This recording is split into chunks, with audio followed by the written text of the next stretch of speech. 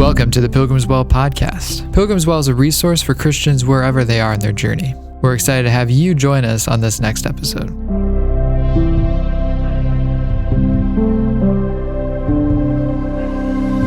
Chapter 29, The Colorless Testimony of Little Faith. Then Christian said to his companion, "Now it comes to my mind what was told to me about something that happened to a good man in this region. The name of this man was Little Faith, as I said, a good man, and he lived in the town of Sincere. What happened to him was this. There was an entrance to the straight way here that comes down from Broadway Gate, by means of a lane called Dead Man's Lane. This lane is so called because of the murders that are frequently committed there. And so this Little Faith, while going on pilgrimage just as we are, happened to sit down for a while and then fell asleep. It also happened at that time that 3 sturdy rogues came down from the lane of Broadway Gate, and their names were Faint Heart, Mistrust, and Guilt, 3 brothers. And when they saw where Little Faith was snoozing beside the way, they immediately made a quick approach toward him. Now, the good man was just awakening from his slumber and preparing to continue on his journey. So they all approached him with threatening language and ordered him to stand still. At this, Little Faith turned as white as a sheet, since he had neither the strength to fight nor flee. Then Faint Heart said, "Hand over your purse." But when Little Faith hesitated to comply, for he was very reluctant to lose his money, Mistrust came close to him and, thrusting his hand into one of his pockets, pulled out of there a bag of gold. Then he, Little Faith, cried out, "Thieves! Thieves!" At this, Guilt struck Little Faith on his head with a large club in his hand, so that the blow felled him flat on the ground, and there he lay, bleeding profusely, in danger of dying.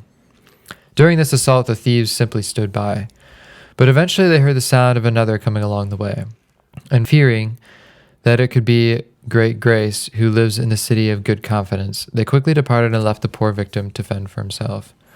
Now, after a while, Little Faith began to revive, so he scrambled to his feet and staggered along as best he could. This was the story. But did the robbers take from him everything that he had? Christian. No, they never ransacked his chest pocket where his jewels were. He was able to keep those. But I was told that this good man was sorely troubled over what he had lost, for the thieves took most of his spending money. As I have already mentioned, they did not get his jewels. Other than these, he was left with a small amount of money, but hardly enough to support him through to his journey's end. Sad to say, if I have not been misinformed, he was forced to beg along the way in order to have enough to stay alive, for he was not able to sell his jewels. So he continued to beg and scrape around. Yes, he went forward, but often with an empty stomach for most of the remaining journey. Hopeful. But is it not remarkable that they did not rob him of his certificate, that which he must have earlier received, so as to gain entrance into the celestial city? Yes, it is a wonder, but they did not get it, though they did not miss it on account of the cunning Little Faith, for since he was so dismayed by their onslaught, he had neither the strength nor the skill to hide anything. So it was more of a question of good providence, rather than his ingenuity, that caused him to miss such a vital item. Hopeful. Nevertheless, it must have been a comfort to him that they did not take away his jewels. It could have been a great comfort to him if he had rightly appreciated this fact. But they that related the story to me explained that he made little reference to this matter for the rest of his journey, the reason being his dismay that they had taken his money away. Yes, he forgot about his jewels for a great part of the remainder of his journey. And besides, when at times his mind was comforted with the contemplation of his jewels, yet his thoughts about his monetary loss would rise up again and overwhelm his previous comfort. Hopeful. How sad for this man. Such a situation must have been the cause of great grief to him. Yes, he was greatly distressed. And would we not also have been like him if we had similarly been robbed and wounded in a strange place, such as he was? It is surprising that he did not die with grief, poor soul. I was told that, for the remainder of this journey, he chiefly spread abroad melancholy and bitter complaints concerning his misfortune. He would also explain in detail to other pilgrims encountered in the way where and how he was robbed, and who they were who assaulted him, what he lost, the severity of his wounds, and the closeness of his brush with death. Hopeful. But what a wonder it is that the demands of traveling did not compel him to sell or pawn some of his jewels, so that pressures along the way might be relieved. Christian. You talk with about as much wisdom as that of a newborn chicken with some shell still stuck in his head. Why would he ever want to pawn his jewels? And to whom would he sell them? In that region where he was robbed, his jewels were not even considered valuable, nor did he desire the sort of relief that the citizens there might offer. Besides, had his jewels been discovered as missing at the gate of the celestial city, he well knew that he would certainly be excluded from receiving an inheritance there. Further, such a consequence would have been regarded by little faith as worse than meeting with the belligerence of 10,000 thieves. Hopeful. My brother, why are you so sharp with me? Esau sold his birthright for a mere mess of pottage. And surely that birthright was his most precious jewel. So if he sold such a treasure, then why could not little faith do the same? It is true that Esau did sell his birthright, and besides this, so have many others. By so doing, they have excluded themselves from the chief blessing, as indeed that indulgent coward did. But you should recognize a fundamental difference between Esau and little faith, and also between their spiritual conditions. Esau's birthright was typical, but little faith's jewels were not so. Esau's God was his belly, but little faith's belly was not so. Esau's lack lay in his fleshly appetite, but this was not true of little faith. Besides, Esau could see no further than the fulfilling of his lusts. He said, "For I am at the point of death, so what good will this birthright do me?" But little faith, though it was appointed for him to have only a little faith, yet by means of his little faith, he was kept from many extremes. So by means of this same faith, he was enabled to prize his jewels rather than sell them, as Esau did with his birthright. You will not read anywhere that Esau had faith, no, not so much as a little. Therefore, it is not surprising in the case of Esau, when the flesh alone controls such a man, since such carnality is inevitably the case when faith that works resistance to the flesh is absent. For he will then readily sell his birthright and his soul and everything, even to the devil and his hell. Such a person may be likened to the donkey who in her periods of heat cannot be made to change direction. When their minds are fastened upon their lusts, they will have them whatever the cost. But little faith was of a different disposition. His mind was focused on things divine. His livelihood was based upon spiritual things that originate from heaven. Therefore, for what purpose would a person of this temperament sell his jewels, supposing that someone might have brought them, so as to fill his mind with empty things? Will a man give a penny to fill his belly with hay? Or can you persuade the turtle dove to live upon carcass meat like the crow?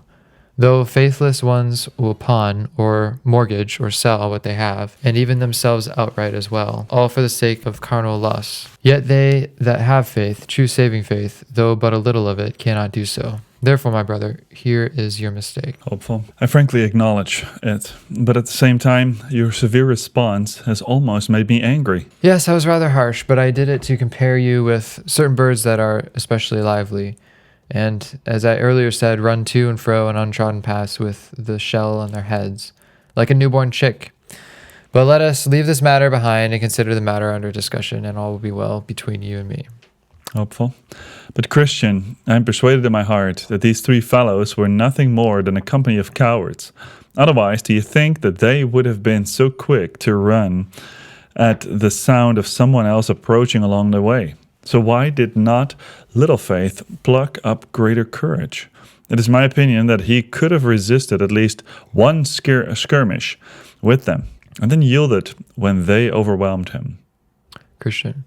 Certainly, many have called these assailants cowards, but in reality, few have found this to be true during an actual period of trial.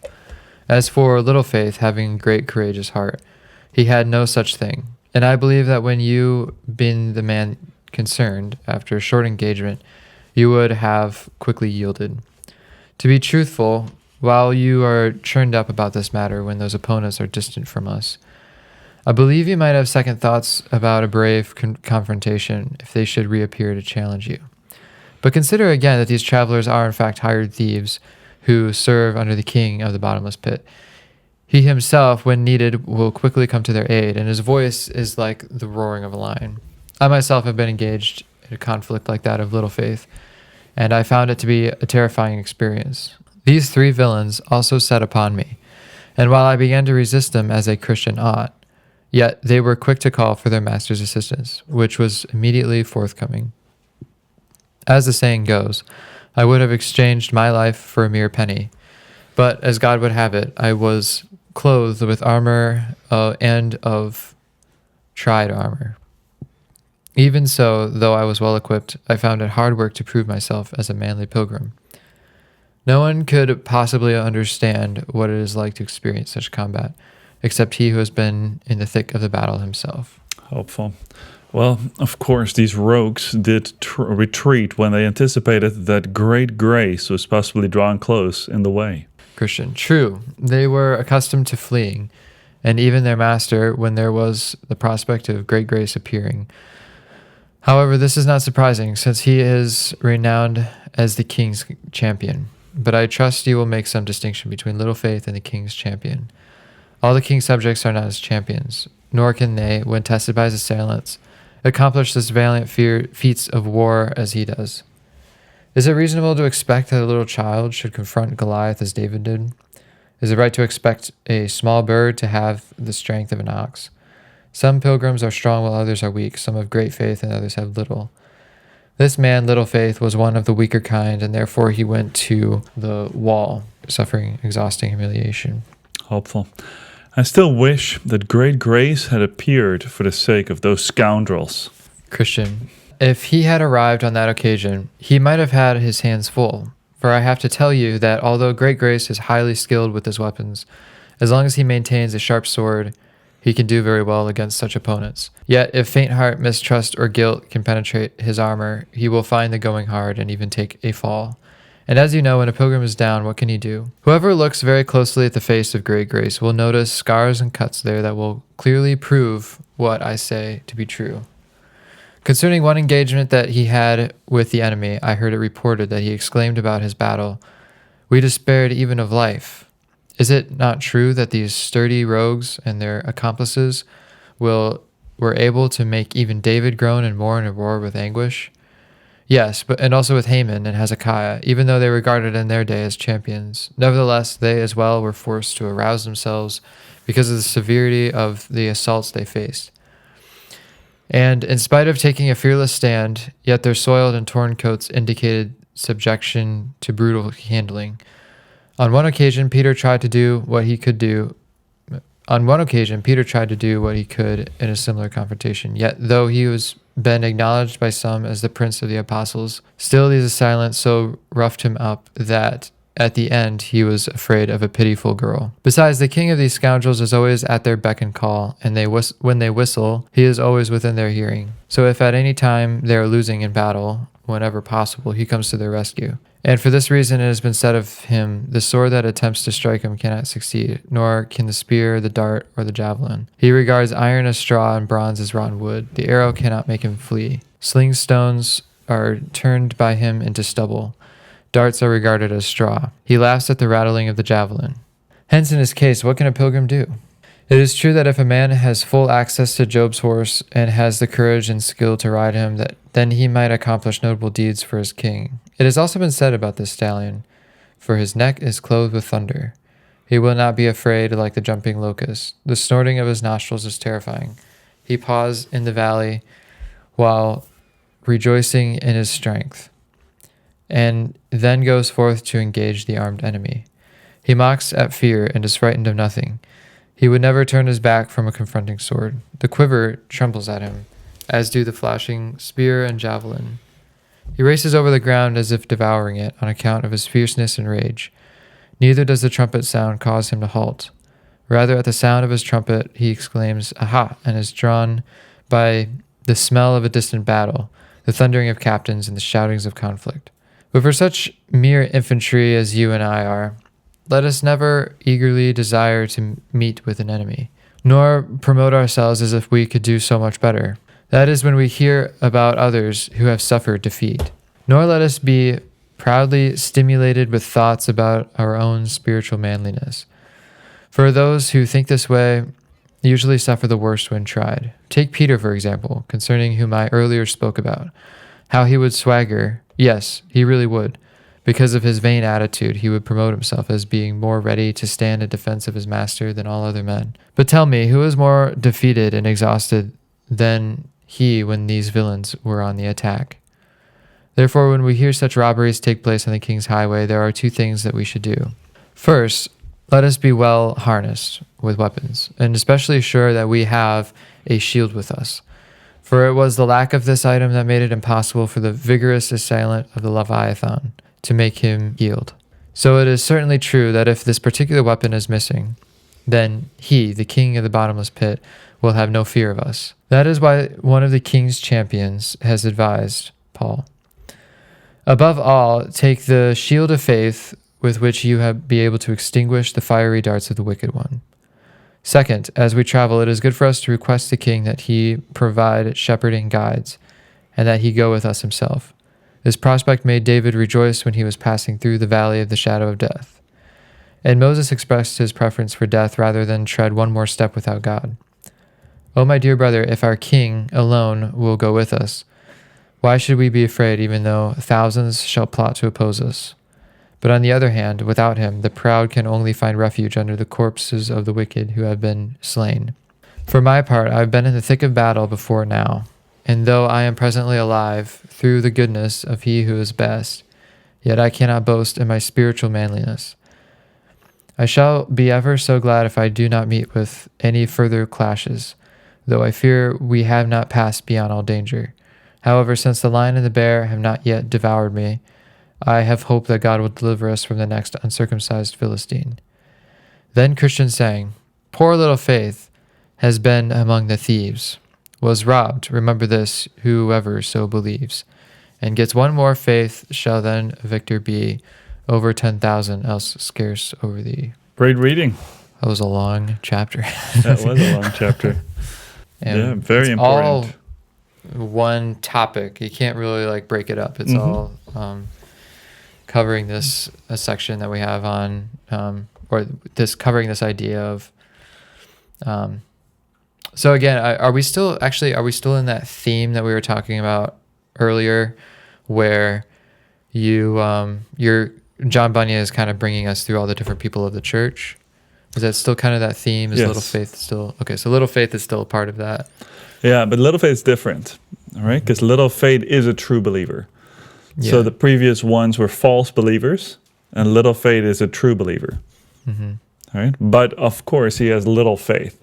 So do you remember what the two things are? I mean, you just read a long piece, but do you remember what the two things are that little faith still had with him after he was robbed? He still had the parchment and Certificate? Yeah. yeah, and he still had. Didn't he still have some money left over? Yeah, Or the is it- jewels. He still had Right? jewels. The little left. jewels. Yeah. What do you think they represent?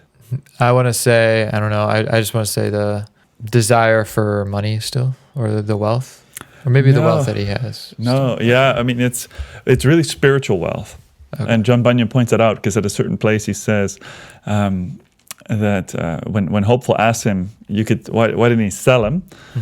And then John Bunyan made Christian respond by saying, to whom would he sell it? Because the people of that land are not interested in that. So, in other words, the people of the world are not interested in the jewels that he possessed. They're worthless here. So, in other words, the jewels that he possessed were of great worth in Emmanuel's land, but not here on earth. So, in other words, what John Bunyan is saying is, even though you have little faith, you have riches, but little faith couldn't enjoy them. He couldn't sell them, and most of the time he forgot them. Right? That's the trial of little faith, and really the blind side of little faith as he walks through life. All right. So the Christian that he explains, or that he really depicts in little faith, is obviously a man of little faith. But I like how he gives the enemies that robbed him of his riches and his comfort in the Christian life their faint heart, mistrust, and guilt. All right, so faint heart, mistrust, and guilt. And all of those are hard attitudes towards God.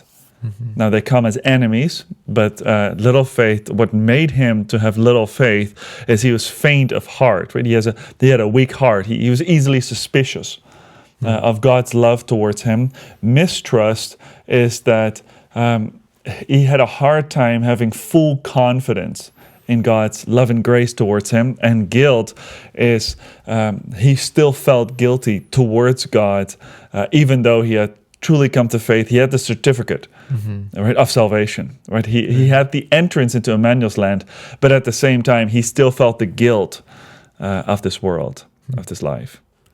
How does John Bunyan? How did he get know that when someone who has like a little character, like a character like little faith, is still a Christian despite being so weak? Is he kind of reading the passage where Christ says you just need faith as small as a mustard seed? Like maybe I was thinking like, oh, is that where he got that from? Yeah, I was thinking about that. But then what Jesus says in that passage is really, if you have little faith, you can do mighty things. Oh, yeah. So I think it's a little bit of a different perspective, but I do think it describes, and the way that John Bunyan explains it, most people have times in their life. So he really takes it from David when he was afraid, from Peter when he had little faith, right? So it's kind of I'm not sure if John Bunyan really believed that you have a person that just has little faith throughout his life, because when he explains it, he takes Peter and David as examples that at times had little faith. Yeah.